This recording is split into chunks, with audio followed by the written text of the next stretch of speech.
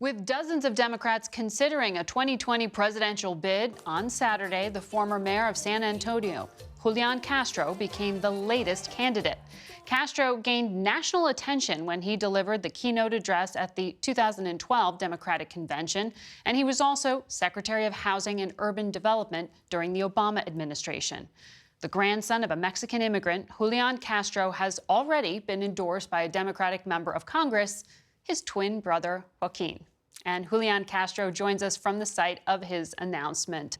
The president visited your home state of Texas this week, went to the border, said there is a humanitarian and national security crisis. Do you agree with him that there is a crisis at the border?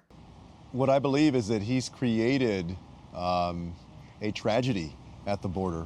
This policy of separating children from their parents and the terrible way that Customs and Border Protection has managed its responsibilities, including the deaths of 2 children within the last few weeks.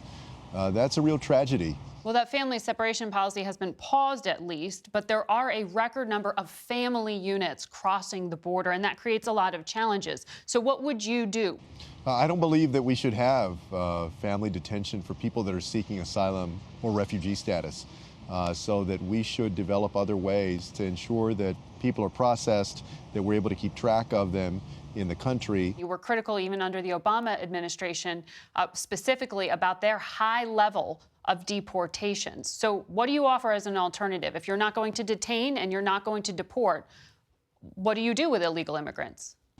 Well, what I believe we can do, and what the Obama administration did do, I believe toward the end of its tenure, was to look at things like ankle monitors so that you're able to monitor where people are in the country. But we also need to be serious about recognizing the right of people to seek asylum.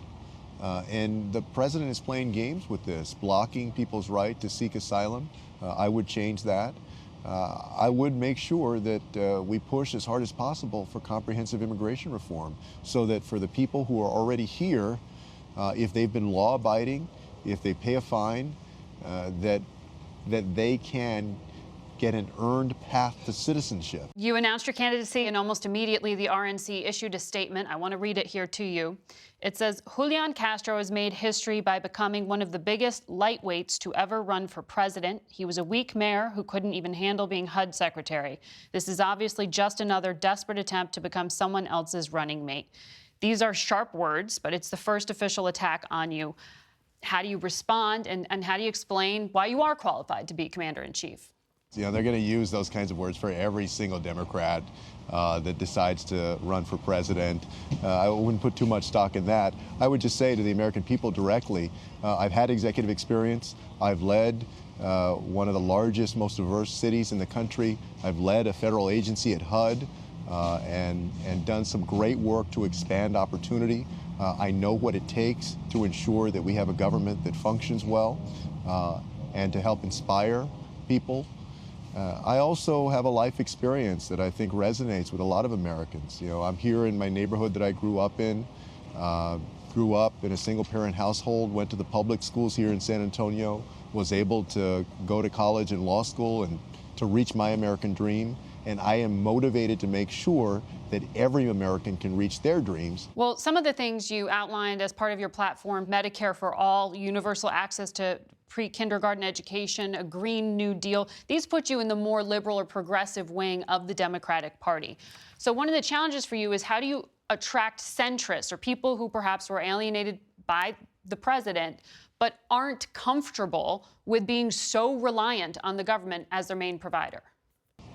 What I hear out there is that there are a lot of folks, a lot of people who want us to invest in universal health care. And I'm under no illusion that accomplishing something like Medicare for all would be easy. But I do believe that in this nation, in the richest nation on earth, that not a single person should be without health care when they need it. So what is that going to cost taxpayers? You got to make some real changes there to be able to pay for it. No, you do. There's no question that it's going to take several things. I think it's going to take asking wealthier individuals to pay their fair share. What does that mean? We've had basically the last 40 years, essentially, of lower and lower commitment on people at the very top. Same thing goes for corporations. You know, we have corporations, multinational corporations, that are hardly paying anything in federal taxes. You want to increase the corporate tax rate? We need to ask them to pay their fair share. I think that we can consider different ways, different proposals to be able to raise more revenue from the wealthiest corporations. All right. We will be tracking you and your campaign. Thank you so much for joining us. Thank you.